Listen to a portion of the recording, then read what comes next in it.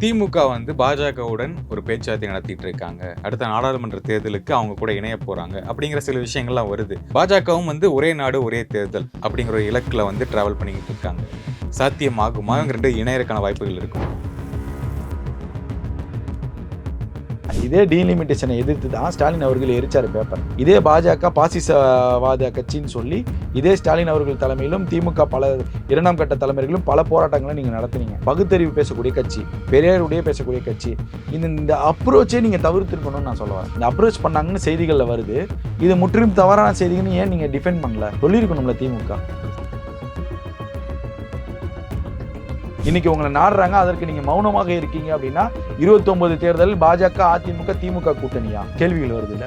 இப்போ விஜய் உங்களை தள்ளிட்டார். அப்போ மீசையில மண்ணு விட்டனாலும் வெளியே தெரியக்கூடாது. அந்த பிம்பத்துல தான் இன்னைக்கு திமுக இருக்கு. உங்களை நம்பி ஜென்சி கிட்டாக வரக்கூடிய இளைஞர்கள் எதை மையமாக வைத்து நீங்க அவர்களுக்கு உங்களுடைய அந்த கொள்கையை காட்ட போறீங்க? திமுக பொறுத்த வரைக்கும் ஐடியாலஜி எல்லாம் கட்சிக்கு தான், குடும்பத்துக்கு கிடையாது. அப்படிங்கிற அப்ப அந்த விமர்சனத்துக்கு வரீங்களா? வந்துட்டீங்களா? சிக்கிட்டீங்களா? இப்போ பொது வேட்பாளராக நிக்க போறாரா சீமான் அப்படின்னு ஒரு விஷயம் வந்துகிட்டே இருந்தது. அவரும் சொல்லிட்டாரு, நான் நிக்க போறேன், சிரித்த முகத்துடன் சட்டசபைக்குள்ள போவேன். இது ஒரு பொது வேட்பாளராக அவர் அறிவிக்கப்படுறாருன்னா தமிழ்நாட்டு அரசியலில் கேவலத்தின் உச்சம், கீழ்த்தரமான அரசியல். இதுதான் நம்ம பார்க்கணும். எப்படி பொது வேட்பாளராக தன்னை அவர்கள் நிறுத்தினாலும் அதை ஏற்றுக்கொள்ள மனப்பான்மையில சீமான் இருக்கிறாரா? ஒரு கேள்வி வருது. ஏன்னா ஐயா எடப்பாடி பழனிசாமி விமர்சித்தவர் சீமான், ஊழல்வாதின்னு விமர்சித்தவர் ஜெயலலிதாவை சீமான். அந்த பக்கம் நீங்க எடுத்துக்கிட்டீங்கன்னா சண்டாளன் கருணாநிதி, திருட்டு ரயில்ல வந்த கருணாநிதினு மேடைகள்ல வெளிப்படையாக பேசினவர் சீமான். அப்படி இருக்கும்போது நீங்க ரெண்டு பேரும் எப்படி சீமானை ஏற்றுக்கிறீங்க? பல கேள்விகள் வருது. அப்ப சீமான் ஏதோ ஒரு ஆதாயத்திற்காக இதை நடத்துகிறாரா? ஒரு பிம்பத்தின் மூலமா ஒரு ஸ்ட்ராட்டஜியை பயன்படுத்துறாராங்கிற ஒரு கேள்வி இருக்குல்ல.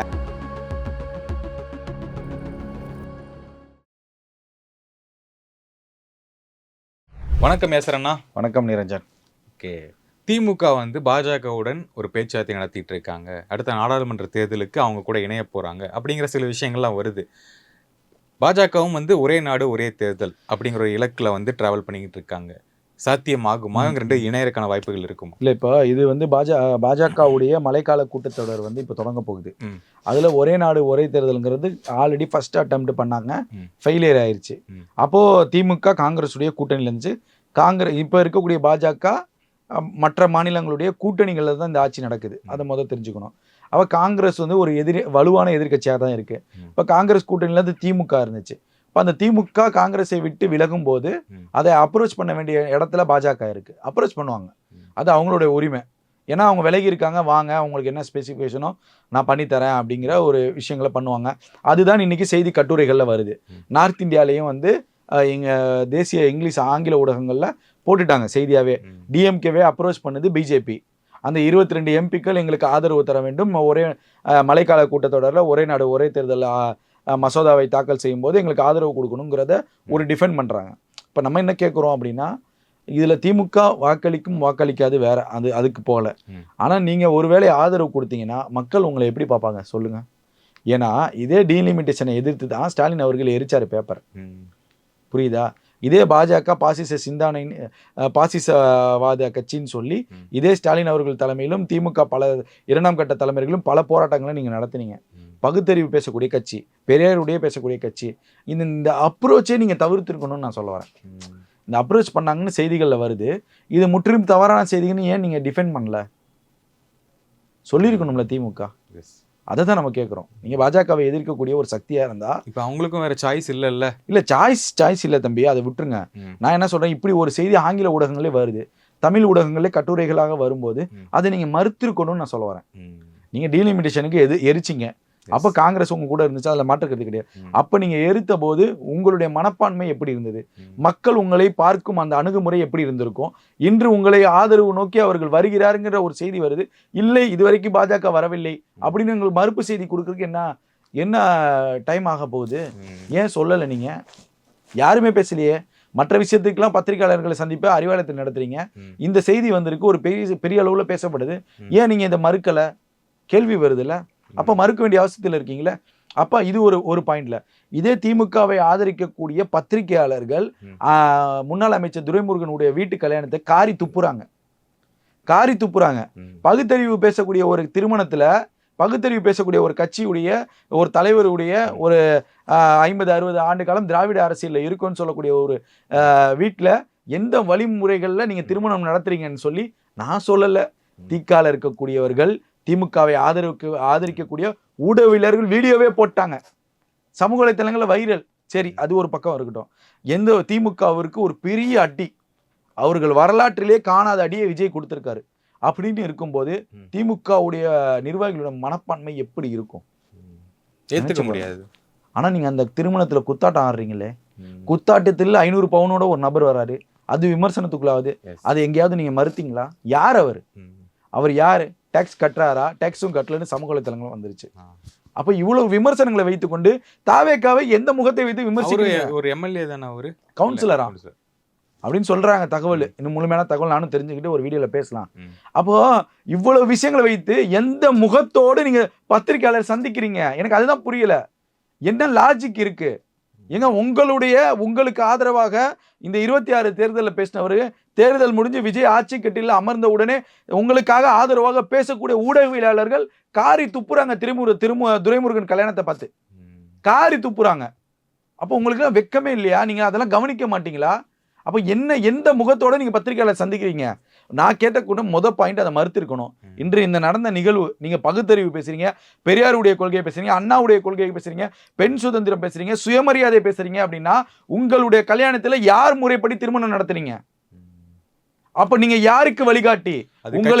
உங்களை நம்பி வந்து ஜென்சி கிட்டாக வரக்கூடிய இளைஞர்கள் எதை மையமாக வைத்து நீங்க அவர்களுக்கு உங்களுடைய அந்த கொள்கையை காட்ட போறீங்க? திமுக பொறுத்த வரைக்கும் ஐடியாலஜி எல்லாம் கட்சிக்கு தான், குடும்பத்துக்கு கிடையாது அப்படிங்கிறது. அப்ப அந்த விமர்சனத்துக்கு வரீங்களா? வந்துட்டீங்களா? சிக்கிட்டீங்களா? இப்ப இவ்வளவு விஷயங்களை வச்சிருக்கீங்க. அப்ப நம்ம ஒரே நாடு ஒரே தேர்தலுக்கு பாஜக அணுகுது. அப்போ நீங்க பாஜகவோட மறைமுகமா கூட்டணி வச்சா என்ன, வெளிப்படையா கூட்டணி வச்சா என்ன? நான் அதற்காக தான் இதையும் பேசினேன். இப்போ புரியுதா உங்களுக்கு? இப்போ நீங்க இப்படி திருமணத்தை நடத்திட்டு ஒரு பிராமணர் காலையிலே துரைமுருகன் உழுவுறாருங்கிற விஷயத்தையும் பதிவு செய்யறது திமுகவுடைய ஆதரவாக 24லும் பேசக்கூடிய ஒரு ஊடகவியலாளர் பேசுறாரு. அப்படி இருக்கும்போது நீங்க பாஜகவுடைய நேரடியாக வச்சானா, மறைமுகமா வச்சானா, அதற்காக தான் மரப்பு செய்தி இது வரைக்கும் கொடுக்கலன்னு நான் சொல்றேன். இப்போ உங்களுக்கு விளங்கி இருக்கும் ஏன் இவங்க அதை பத்தி பேச மாட்டாங்க. ரமேஷோட மேட்டரை வச்சு தூக்கி வச்சு பத்திரிகையாளர் சந்திப்பு நடத்துறாங்க, தேவையில்லாத விஷயங்களை பேசுறாங்க. பேச வேண்டியதானே? இன்னைக்கு உத்தண்டி உயர்மட்ட சாலைக்கு 2500 கோடியோ அலிகேட் பண்ணீங்க, இன்னைக்கு 1500 கோடிக்குள்ள முடிக்க ஒரு குழு அமைச்சிருக்காங்க. வரவேற்கத்தக்க வேண்டியது. தமிழ்நாட்டுக்கு சுமையை குறைக்கிறாங்க, வரவேற்கத்தக்க வேண்டியது. வருவாயை குறைக்கிறாங்க, என்ன குறிப்பிட்ட வருவாய்க்குள்ள பண்ணுங்க, வரவேற்கிறோம், வாழ்த்துறோம். இந்த மாதிரி பண்ணிருக்கணும்ல பணிகள். அப்ப நீங்க இதற்கெல்லாம் யார் விளக்கம் கொடுப்பா? ஒரு கேள்வி வருது. அப்ப திமுகவுக்கு ஒரு பெரிய நெருக்கடியை தாவேக்கா ஏற்படுத்தியிருக்கு. ஏன்னா நாடாளுமன்ற தேர்தலிலும் தாவேக்கா ஒரு பெரிய நெருக்கடியை திமுகவுக்கு கொடுத்துருக்குன்னு நம்ம பார்க்குறோம். அப்போ நீங்கள் தாவேக்கா எப்படி இதை எந்த பாயிண்ட்லேருந்து பார்ப்பாங்க அப்படின்னா, பாஜகவோட பி டீம் விஜய், பாஜகவுடைய பி டீம் தாவேக்கான்னு சொல்லி பிரச்சாரங்கள் பண்ணாங்க. இவர்கள் தான் பிரச்சனை பண்ணாங்க. யார்? திமுகவை சேர்ந்தவர்கள். திமுகவிர்கள் இன்னும் அதிகமாக அளவுல டீப்பாக ஒரு பிரச்சாரம்லாம் பண்ணாங்க. அது வெளிப்படையாக நானே சொல்லக்கூடாதுன்னு தான் நினைக்கிறேன், அதை விட்டுருங்க. ஆனால் அந்த அளவிற்கு விஜய்க்கு எதிராக பிரச்சாரங்களை மேற்கொண்ட திமுக இப்போ அந்த உண்மையான பாஜகவுடைய பி டீம் யாருங்கிறத வெளியே கொண்டு வரணுங்கிறதுல மும்முரமாக தாவேக்கா இருக்கு. அதன் வெளிப்பாடு தான் நாடாளுமன்ற தேர்தலில் காங்கிரஸை தன் பக்கம் தக்க வைத்திருக்கிறது தாவேக்கா. இப்போ தாவேக்கா காங்கிரசுடன் கூட்டணி வைக்கும்போது 29ல் பாஜக தலைமையில் ஆல்ரெடி அதிமுக கூட்டணி ஒன்று இருக்கு. அப்போ திமுக யாருடன் கூட்டணி அமைக்கும்? யாருடன் அமைக்கும்? ஜஸ்ட் விவரம். அதற்குள்ள இந்த 2 வருடத்துக்குள்ள திமுக காங்கிரஸ் கூட்டணிங்கிறது முறிவுங்கிற வேலையே கிடையாது. ஐஎம்எல் மதிமுக விசிக அந்த கட்சிகளுடைய முறிவுங்கிறது வேலையே கிடையாது. அப்ப திமுக தனியாக நிற்குமா நாடாளுமன்ற தேர்தலில்? இல்ல தேர்தலை விட்டு புறக்கணிக்குதுன்னா திமுக வரலாற்றிலேயே நாடாளுமன்றத்தை தேர்தலை புறக்கணித்தது 29ங்கிற வரலாற்றில் திமுக இடம்பெறும். அப்ப என்ன செய்ய போறீங்க? அப்ப இக்கட்டான சூழல்ல தாவேக்கா விட்டுருக்கு. அப்ப நீங்க கவனித்து பார்த்தீங்க அப்படின்னா, ஏற்கனவே முதல்வர் எடப்பாடி ஆதரவு திமுகன்னு சொல்லி பேசப்பட்டது. அப்ப இன்னைக்கு 29 கூட்டத்தொடருக்கு ஒரே நாடு ஒரே தேர்தல் 29ல் நடத்தி ஆகணும்னு பாஜக கங்கணம் கட்டிட்டு ஆடுது. அப்ப நீங்க அந்த டீலிமிட்டேஷனுக்கு ஏற்கனவே எதிர்ப்பு தெரிவிச்சிங்க. இன்னைக்கு உங்களை நாடுறாங்க, அதற்கு நீங்க மௌனமாக இருக்கீங்க அப்படின்னா 29 தேர்தல் பாஜக அதிமுக திமுக கூட்டணியா? கேள்விகள் வருது இல்ல? இப்போ விஜய் உங்களை தள்ளிட்டார். அப்போ மீசையில மண்ணு விட்டனாலும் வெளியே தெரியக்கூடாது. அந்த பிம்பத்துல தான் இன்னைக்கு திமுக இருக்கு. திமுகவுக்கு பலத்த அடிங்கிறது வெளியே தெரியாம இருக்கிறதுக்காக அவங்க மறைச்சுக்கிட்டு பத்திரிகையாளர்கள் சந்திச்சு வேண்டாத விஷயங்களை விமர்சனத்துக்கு கொண்டு வராங்க. இன்னைக்கு ஜென்சி கிட் மீட்டிங் ஃபெயிலியர். ஒட்டுமொத்த திமுக இருக்கக்கூடிய நிர்வாகிகள் சொல்றாங்க, தலைவரே இதெல்லாம் தப்புன்னு சொல்லி பேசுறாங்களாம். அப்போ நீங்க இதெல்லாம் தெரிந்தும் அதை மாவட்டம் தோறும் நடத்த வேண்டிய அவசியம் என்ன இருக்கு? புரியுதா உங்களுக்கு? அப்போ ஒட்டுமொத்தமாக திமுகவை ஆதரிக்கக்கூடியவர்கள், திமுகவை ஆதரித்து பேசினவர்கள் எல்லாம் இன்னைக்கு திமுகவை எதிர்க்கிறாங்க. திமுகவை எதிர்த்துட்டாங்க, எதிர்த்து பேசிட்டு இருக்காங்க. நான் வீடியோக்கள்லாம் உங்களுக்கு தரேன் பாருங்க. திமுகவுடைய ஆதரவாளர்கள் என்னங்க இவங்க எல்லாம் இப்படி பேசுறாங்களா? ஆமா பேசுவாங்க. ஏன்னா உங்களுடைய உண்மை முகம் கிழிந்து கொண்டு இருக்கிறது, பேசதான் செய்வாங்க. அப்படி இப்ப இந்த மாதிரி சூழலை ஏன் ஏற்படுத்துறீங்க? இது திமுகவுக்கு ஒரு பெரிய அழிவு காலமாக நான் பாக்குறேன். அப்ப திமுக இன்னும் ஸ்டடி பண்ணல அப்படின்னா ரொம்ப கஷ்டம். அப்போ ஒரே நாடு ஒரே தேர்தலில் திமுக வாக்களித்தால் இந்த மக்கள் என்ன பாடம் புகட்டுவார்கள்? ஏன்னா தமிழ்நாட்டு மக்களுக்குன்னு ஒரு லெகசி இருக்கு. இன்று வரைக்கும் பாஜக தமிழ்நாட்டில் நுழைய முடியாத காரணம், தமிழ்நாட்டில் மட்டும் அவங்க சரியான அடி வாங்கிட்டு இருக்காங்க. பல பல யுக்திகளை அவங்க பண்ணி, அண்ணாமலை வச்சு பார்த்தாங்க, யாரையும் வச்சு பார்த்தாங்க, முடியல. புரியுதா உங்களுக்கு? அப்படி எந்த நோக்கத்தோட பாஜக திமுகவை அணுகுது? திமுக மீது ஃபைல்ஸ் 1 ஃபைல்ஸ் 2 அண்ணாமலை வைத்து வெளியிட வச்சது. அப்ப எப்படிப்பட்ட பாஜக இந்து விரோத கட்சி திமுகன்னு சொல்லி பேசினதே பாஜகவுடைய தலைவர்கள் பலர் இருக்காங்க. சனாதனத்திற்கு எதிராக வழக்கு தொடர்ந்தாங்க உதயநிதி மேல. அப்ப அப்படிப்பட்ட பாஜக திமுகவை அணுகுதுங்கிறதே தப்பு. புரியுதா உங்களுக்கு? திமுகவை அணுகுற மாதிரி ஒரு செய்தி வருது, அதை முற்றிலும் மறக்கக்கூடிய இடத்துல நீங்க மறுக்கணும் அந்த செய்தியை. நீங்க எப்படி அதை வெளிப்படையா வர வச்சீங்க? அது ஒரு பெரிய டேஞ்சரு. அதை தான் நம்ம சொல்ல வரோம். அப்ப இவ்வளவு பிளவுகளை வைத்துக்கொண்டு எப்படி திமுக அடுத்த கட்டத்திற்கு நகரும்? ஒரு பெரிய எதிர்பார்ப்பு இருக்குல்ல. அப்ப திமுகவின் மீது மக்கள் வைத்திருக்கிற அந்த நம்பிக்கை கேள்விக்குறியாகுதுல. அது ஏன் சிந்திக்க மாட்டீங்க? இதுதான் நம்ம கேள்வியா கேட்கிறோம். குறைகளாவோ குற்றச்சாட்டுகளோ வைக்கல. இவ்வளவு சந்தேகங்கள் வருது இல்ல, இதெல்லாம் நீங்க எப்ப தெளிவுபடுத்த போறீங்க? அப்படி கேள்வி வருது. மறுக்கணும்னு நம்ம சொல்ல வரோம். ஸோ இந்த ஸ்டாண்டு, ஆனா இந்த இக்கட்டான சூழலை முழுவதுமாக ஏற்படுத்தியது ஒரே ஒரு மனிதர் தான், விஜய் என்ற அந்த முகம் தான். ஓகே, பொது வேட்பாளராக நிற்க போறாரா சீமான் அப்படின்னு ஒரு விஷயம் வந்துகிட்டே இருந்தது. அவரும் சொல்லிட்டாரு, நான் நிற்க போறேன், சிரித்த முகத்துடன் சட்டசபைக்குள்ள போவேன். எங்க ஐயா ஆசைப்பட்டாரு, நீ 50 பேத்து கூட போயிருன்னாரு. பாரதி ராஜா ஐயா போனாரு, அவரும் சொல்லிட்டு போனாரு, எல்லாரும் ஆசைப்படுறாங்க, நான் போயிடுவேன் அப்படின்னு போட்டு உடச்சிட்டாவில வரேன், உள்ள போறேன் அப்படிங்கிறாரு. இல்லை, இது ஒரு பொது வேட்பாளராக அவர் அறிவிக்கப்படுறாருன்னா தமிழ்நாட்டு அரசியலில் கேவலத்தின் உச்சம், கீழ்த்தரமான அரசியல், இதுதான் நம்ம பார்க்கணும். எப்படி பொது வேட்பாளராக தன்னை அவர்கள் நிறுத்தினாலும் அதை ஏற்றுக்கொள்ள மனப்பான்மையில சீமான் இருக்கிறாரா ஒரு கேள்வி வருது. இல்லை, அதை அவர் சொல்லலையே. அவரு அதுதான் சொல்ல, இல்லை என்று மறுக்கவும் இல்லை. அப்படிங்கிறப்போ அப்ப சீமானுடைய மனநிலை என்ன மனநிலை? ஜெயிச்சாகணும், ஒரு சீட்டு ஜெயிக்கணும். ஏற்கனவே உங்களுக்கு 15 வருஷம் மக்கள் வாய்ப்பு கொடுத்தாங்க. ஏற்கனவே ஒரு சீட்டு சொந்த தொகுதியிலே டெபாசிட் இழந்தவர் எப்படிங்க ஜெயிப்பாரு? கேள்வி வருது. உங்களுடைய நாம் தமிழர் கட்சிக்காரங்களே உங்களுடைய தம்பியாக கருதப்படுவர் தனியார் யூடியூப் சேனல் வச்சு நடத்துறாரு.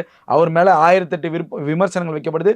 விமர்சனங்களை வைப்பதே நாம் தமிழர் கட்சியை சேர்ந்தவர்கள். அவங்க ஒரு பக்கம் வீடியோ போடுறாங்க.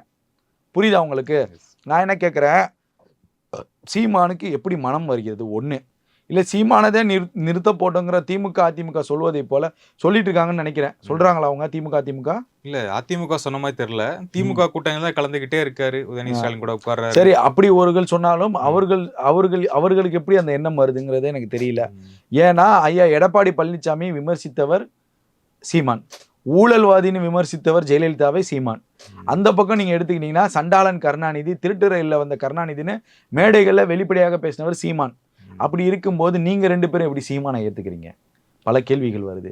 அப்ப சீமான் ஏதோ ஒரு ஆதாயத்திற்காக இதை நடத்துகிறாரா, ஒரு பிம்பத்தின் கோணமா ஒரு ஸ்ட்ராட்டஜியை பயன்படுத்துறாராங்கிற ஒரு கேள்வி இருக்கு. ஆக்சுவலி சீமான் அவர்கள் இந்த தேர்தலில் அவர் ஜெயிச்சிருவேன் நம்பிட்டு இருந்தாரு. அதாவது எல்லா தொகுதியிலும் ஒரு மெஜாரிட்டி வந்து நான் ஜெயிச்சிருவேன் அப்படின்னு நம்பிட்டு இருந்தாரு, விஜய் அவர்கள் வரதுக்கு முன்னாடி வரைக்கும். அவர் வந்தன்னு ஒரு ஸ்பாய்லர் நமக்கு வந்துருச்சு, நம்மளால முடியாது தெரிஞ்ச பிறகுதான் அந்த அட்டாக் பண்றது, ரிசல்ட் வந்ததுக்கு அப்புறம் உட்காந்து அழுதது. அவருக்கு விஜய் ஒரு பெரிய செக் இல்ல.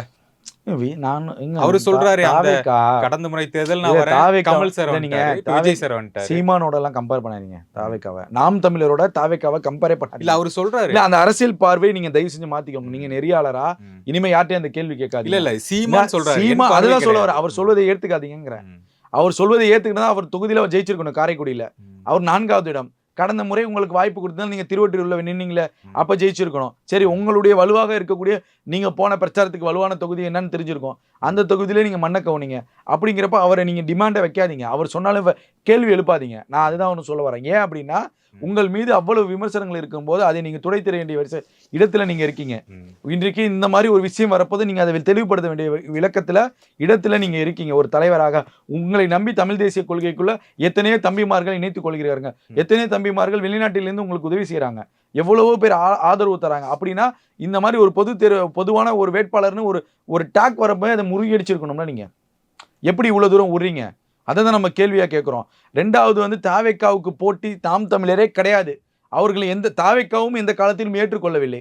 ஏன்னா தாவேக்கா கிளியரான ஒரு விஷயம்ல போறாங்க. அவர்கள் வரும்போதே 2 பேருக்குள்ள நடுவில் தான் போட்டி. திமுக வெர்சஸ் தாவேக்கான்ட்டாங்க. அப்படி இருக்கும்போது தாவேக்காவுக்கு மற்றும் சிலர் தான் அவர்கள். புரியுதா? அந்த மற்றும் சிலர் லிஸ்ட்லயும் வராங்களான்னு தெரியல. அது விஜயவட்ட தான் கேட்கணும். மாண்புமிகு முதல்வர் தான் எந்த மனப்பான்மையில எந்த நிலைப்பாட்டில் நாம் தமிழர் வச்சிருக்காருங்கிற அவருக்கு மட்டும் தான் தெரியும். அப்போ ஒட்டுமொத்தமாக தாவேக்கா எந்த இடத்துலையும் பிரச்சாரங்கள்ல நாம் தமிழரோ சீமானுங்கிற வார்த்தையே வரல, பேரே வரல. புரியுதா உங்களுக்கு? அப்ப பேரே குறிப்பிடாமல் ஒரு புது கட்சி ஆட்சி அதிகாரத்தில் உட்கார்ந்துருக்குன்னா அவங்க விஷன் வேற. அவங்க சீமான் சொல்லுவார் 1000, ஆனா சீமானே அவர்கள் கண்டுகொள்ளவில்லை. அவங்க இப்ப தாவேக்கா தேசிய அரசியலை நோக்கி போய்கிட்டு இருக்காங்க. புரியுதா? தேசிய அரசியலுக்கே டஃப் கொடுக்குற லெவல்ல போறாங்க. பிரதமர் ஆமா, அவங்க தேசிய அரசியலுக்கு டஃப் கொடுத்து போயிட்டு இருக்கிற போது நாம் தமிழரை ஏன் கண்டுக்கணும்? ஒன்றுமே இல்லை, டெபாசிட் இல்லை. அதாவது தம்பி, நீங்க 15 வருஷமா கட்சி நடத்தி தமிழ் தேசியத்திற்கான ஒரு வெற்றிடம் தமிழ்நாட்டில் இருக்கும் போது அதை சரியாக பயன்படுத்தாத தலைவர் சீமான் என்ற விமர்சனம் இருக்கு உங்க மேல. புரியுதா? அப்படி இல்ல, அவருடைய அலிகேஷனே நான் இவ்வளவு நாள கொண்டு வரேன், இப்பதான் என் மக்கள் கொஞ்சம் அறிவாய்ந்து வராங்க. அந்த டைம்ல நீங்க அரசியலா ஒரு ஏதாவது சினிமா ஆளுமையா வரீங்க. கமல் சார் வந்தார், ஒரு ஸ்பாய்லர் கொடுத்தாரு. இப்ப நீங்க விஜய் சார் வந்து ஸ்பாய்லர் தரீங்க. என்ன சொல்றாரு? அவருடைய கருத்தை சொல்ல வரேன். கமல் அவர்கள் வாங்கின வாக்கு சதவீதங்கள் எவ்வளவு?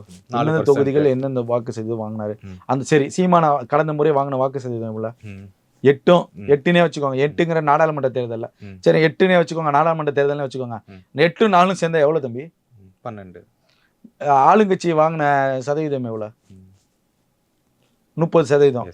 30 எங்க இருக்கு? 12 எங்க இருக்கு? கமலோட ஓட்டை நான் சேர்த்து தான் சொல்றேன். 8 4 சேர்த்து 12 கமலோட. இவர் ஸ்பாயில் பண்றாரு சொல்றாரு 12. 30 தொகுதி அங்க இருக்கு. அப்போ 30க்கும் 12க்கும் இடைப்பட்ட நேரத்துல எவ்வளவு தொகை இருக்கு? எவ்வளவு சதவீதங்கள் இருக்கு?